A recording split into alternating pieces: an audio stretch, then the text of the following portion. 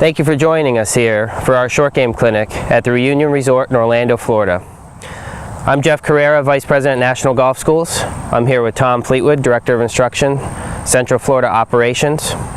We're here at the Nicholas course, and we're going to be working on chipping. The reason why we start off with a pitching wedge is because it's a 50-50 type ratio. And what that means is if I'm chipping, if I carry my shot with a pitching wedge halfway to the hole, it's going to release and roll the other half. So it's easy for me to pick out a landing point when I have that in mind, that it's a 50-50 ratio. When you get into a sand wedge, then you're going to have more carry and less roll. So sometimes a sand wedge can require a little bit more finesse around the greens.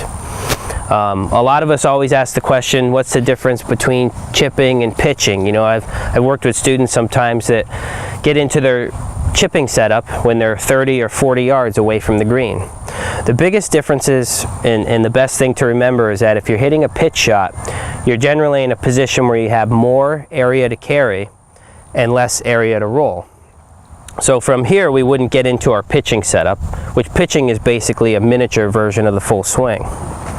Back over there by that windmill, we may get into a pitching setup, or further back. That's a position where we might grab our sand wedge, because then we're going to have more area to carry and less area to roll. So it's important to kind of decipher the two setups. With chipping, the setup, and with anything in golf, the setup is pretty important, okay, so that we can be successful. What I want to talk about is the 3 lefts, which I'm going to give you some teaching manuals there and books. And the 3 lefts is the easiest way to remember your setup when you're hitting a chip shot. Now the first thing besides the 3 lefts is ball position with chipping. A lot of us are always fighting, should I play the ball off my left foot? Should I play it in the center of my stance? Where should I have my hands? Well, with chipping, it's one of the few shots in golf where we're going to play the ball back in our stance. Is everyone right-handed? Or swings right-handed? Yeah. Okay, so everyone here is going to play the ball off our right foot when we set up to hit a chip shot. Okay, so we're going to have that ball positioned back in our stance. Let me actually grab a golf ball here. Thank you. Okay, so we're going to have that golf ball positioned off our right foot. Now we get into the 3 lefts. The 3 lefts are, number 1, we want our feet and our shoulders pointed left of our target line. So for example, if I'm chipping to the pin, that's right there, okay? I want my feet and my shoulders to be going left of my target line. My target line is where the club is going to be pointed, where I ultimately want the ball to end up, okay? And the target line can vary sometimes depending on the slant, the break in the green. We can see that this side of the green over here is slightly higher than this side of the green over here. So probably there's a good chance that the golf ball is going to turn to the left after I hit my chip shot. So I'm going to want to line up to the right side of the pin for this shot. But again, my feet and shoulders are going to be open, pointing to the left of my target line. The second left we want to remember is, where should our weight be? Should I have my weight back? Should I be balanced 50-50? For a chip shot, we actually want to have more weight on our left side. We want to lean left, probably have more, 80-20. So we want to get into a position where we're leaning left. You're going to feel a lot more weight on that left foot. And this is crucial because a lot of us tend to transfer our weight when we're chipping, like we do with a full swing. The second we move our weight back to that right foot and come down and through is when we end up hitting behind it, or blading it, or scooping it. A lot of negative things can happen. None of you have probably ever done anything like that, right? You're not familiar with those shots. But those are common things, we get our weight moving around with such a short backswing and finish here. So again, we want to have the majority of our weight on the left side.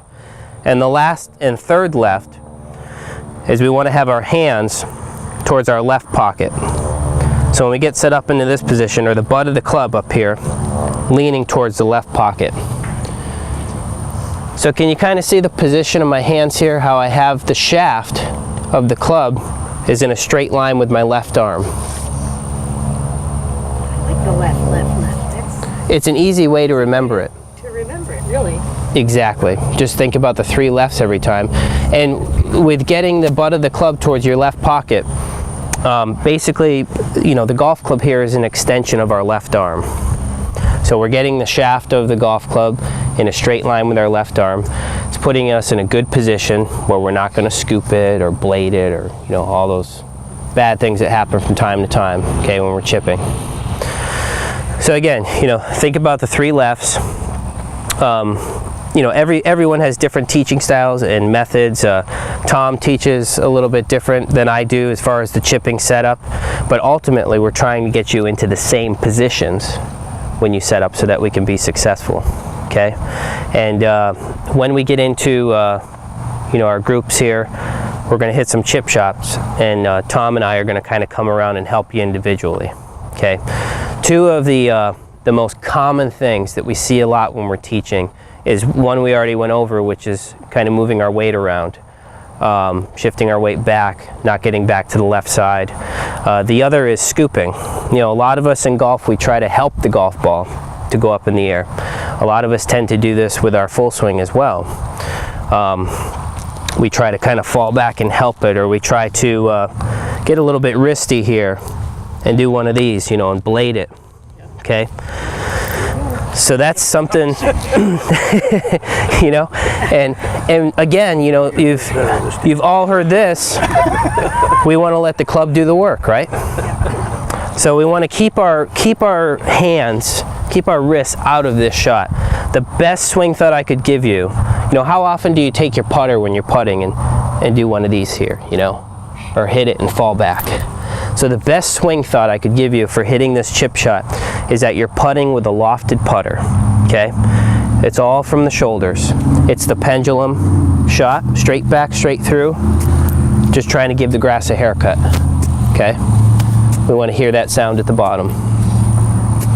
And I'll have, you know, Tom talk to you a little bit about his teaching style, and then what we'll do is we'll come around, and number 1, before we hit any chip shots, excuse me, we just want to check your grips. Grip is, you know, with anything, number 1 most important. And then we'll break in and we'll hit a couple shots. And then we'll have this, you know, tune in to Golf Channel tonight. We'll have this entire session will be on Golf Channel. Oh, yeah. And they'll have it playing in the clubhouse throughout the afternoon. That's it.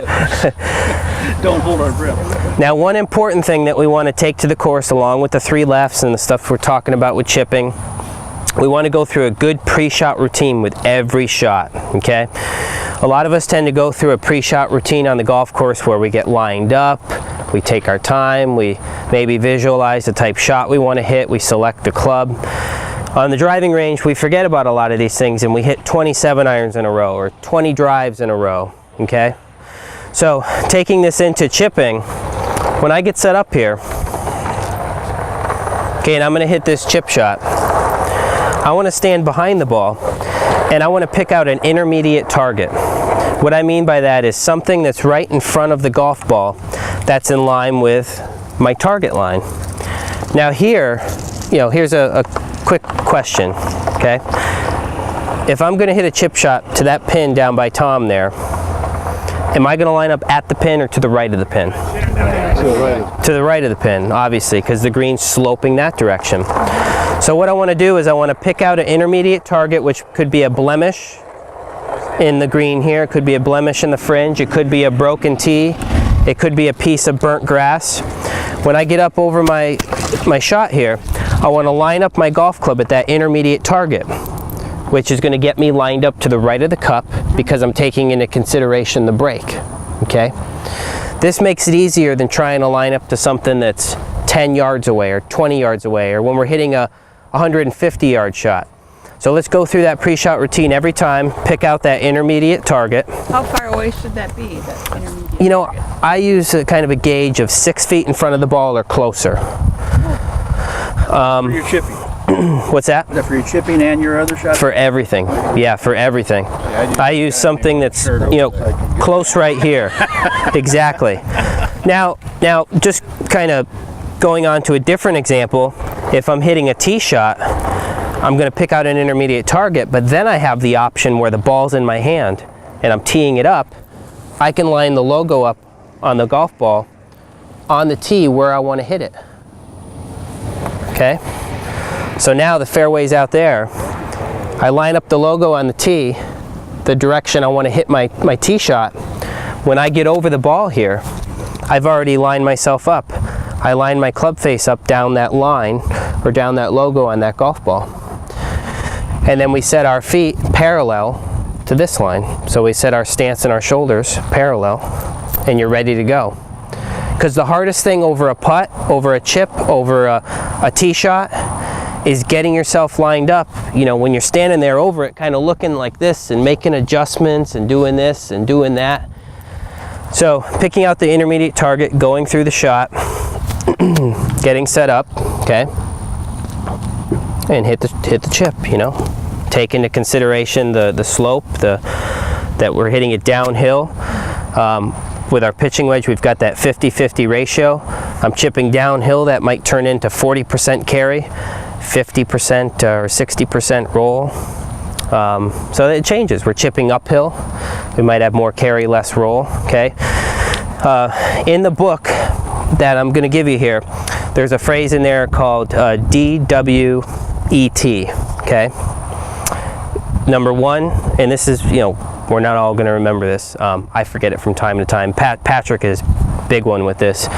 We want to check the distance, okay? That's first. Okay, say I'm 150 yards. Okay, check. W, we want to check the wind, okay? Which way is the wind? Is it in my face? Am I with the wind?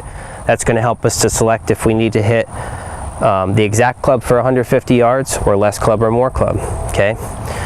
E, okay, is elevation. Am I hitting the shot uphill or am I hitting the shot downhill? That's going to make a difference, okay? And T, the last component, is trouble. Pin's on the right side of the green, the water's on the right side of the green, okay? Do we want to go right at the pin or do I want to line up a little bit left of the pin and go for the bulk of the green, go for the safer shot? Pull out no ball. Right, pull out no ball, right? And go at it. Larry. So DWET is a good thing to remember, and that's a good expression that's in the book there too. So before we head out, let me pass these out to you here. Thank you for joining us today at the Reunion Resort in Orlando, Florida. And we hope to see you soon at a National Golf School.